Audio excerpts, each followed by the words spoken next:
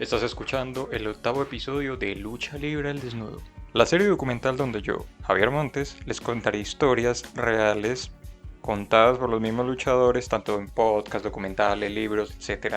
La fuente siempre está ahí disponible, en donde vamos a ver el lado oscuro, o tal vez el lado más humano, o sencillamente voy a poner al desnudo a esos luchadores, o personas que conozcamos en estos relatos. Bueno, recapitulemos. En el episodio pasado estamos hablando sobre un poquito de la historia de los primeros campeones mundiales de WWE y además de las alianzas que tuvieron con gente como Antonio Inoki, el fundador de New Japan Pro Wrestling, y por ahí pululaba el relato, el mini relato de Vince McMahon y cómo hereda, después les contaré cómo, la empresa, la WWF de su padre y la convierte en la WWF, que varios, inclusive mi hermano mayor aún conocen esa empresa como WWF porque fue muy pop en los 80 y en los 90. No sería descabellado decir que el mandamás de la hoy en día WWE es tal vez una de las personas que más secretos del negocio entiende, conoce y revolucionó. Entonces hoy vamos a hablar de uno de los trapitos sucios del mandamás de la empresa mainstream de lucha libre que todo el mundo conoce, la WWE. En el episodio titulado El infame ángulo entre Vince McMahon y Candice Michelle.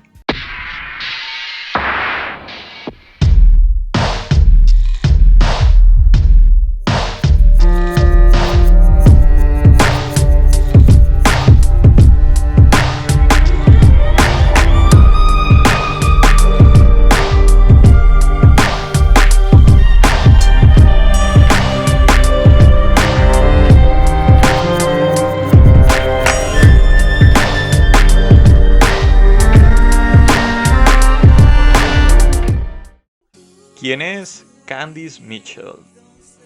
Tal y como puedes cerciorarte en Cage Match, Candice Michelle trabajó en WWE de 2005 a 2009. Todo inició cuando ella se presentó al Divas Search de 2004, una suerte de concurso donde la ganadora tendría un contrato con WWE. La ganadora de ese año fue Christy Hemme. Aún así, Candice Michelle fue contratada y empezó a tener pequeños segmentos en televisión. Unos de lucha, otros no. ¿A qué me refiero? A los segmentos por los cuales hasta el más casual la recuerda. Sí, ella era la mujer que salía en cámara lenta mientras hacía algo provocador. El sketch se volvió una constante en el semanal de Raw, en donde siempre se nos presentó a Michelle como un objeto de deseo para el elenco masculino. Y a veces luchaba. Su ocaso llegaría cuando WWE la despediría mientras se recuperaba ella de una lesión. Luego de ello se retiraría en 2017 en la compañía de Tommy Dreamer, House of Hardcore. La infame historia de las, abro comillas, divas. Nunca me gustó el término diva en WWE. Menos mal lo eliminaron desde WrestleMania 32. Detrás de la consagración del infame término diva, en WWE hubo una construcción narrativa denigrante de ángulos, segmentos, historias y papeles para las damas que trabajaron o trabajan para la empresa mainstream de lucha libre que todos conocemos. Estoy hablando claro de segmentos como Trish Stratus ladrando como un perro para pedirle perdón a Vince McMahon. También me refiero a la época en que Natalia tenía un personaje con un problema de flatulencias. Curiosamente tenemos más ejemplos en la mayoría de los ganadores de la infame categoría Most Disgusting Promotional Tactics, o en nuestro amado español, las tácticas promocionales más repugnantes. De los premios a lo mejor y lo peor del año del Wrestling Observer Newsletter. Echémosle un ojo juntos al ganador de esa categoría en 2009. Explotar el problema de sobrepeso de Mickie James. 2015.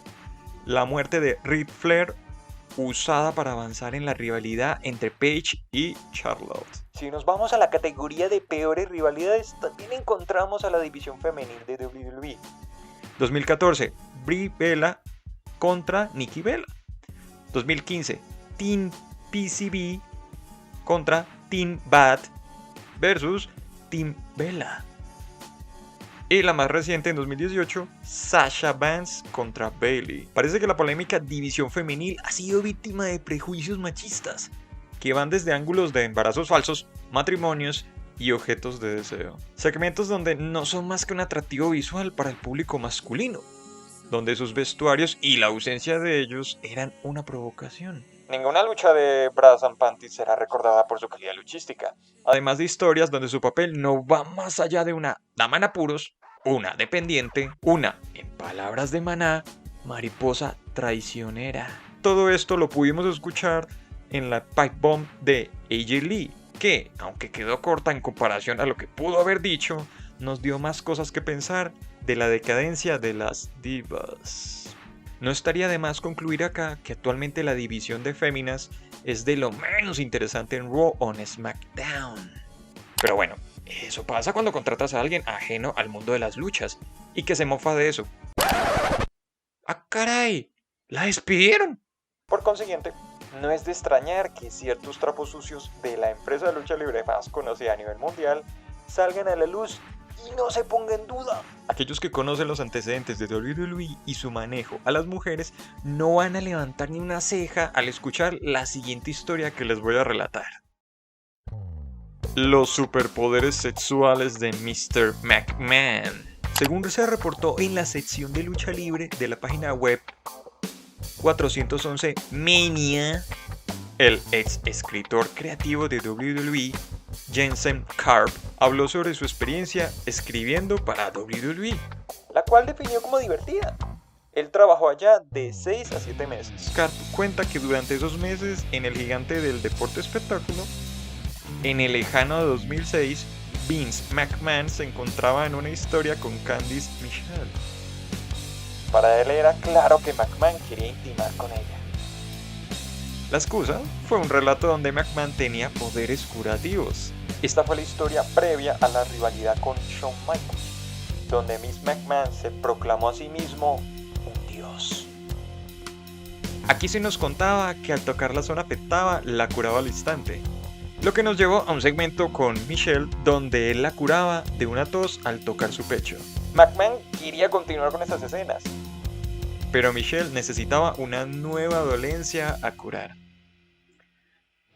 Karp se mantuvo callado porque era su primera semana, pero cuando McMahon les preguntó a los escritores en una de sus habituales reuniones, donde escriben Raw o SmackDown, ¿cuál podría ser?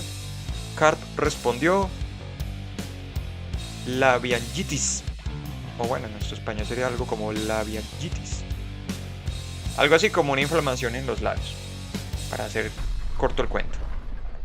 A McMahon le encantó la idea. Karp notó que hubo un silencio en la habitación y pensó que podría ser despedido o convertirse en el próximo presidente de la WWE. La primera palabra que Karp puso en WWE fue labiangitis.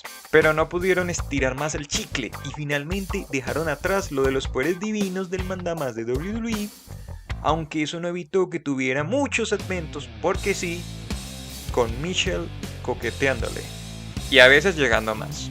Todo esto antes de entrar de lleno en la historia que traería de vuelta a DX en 2006, en donde Mr. McMahon junto a Shane McMahon, The Spirit Squad, The Big Show, entre otros, se enfrascarían en una rivalidad que cerraría brutalmente en la celda infernal.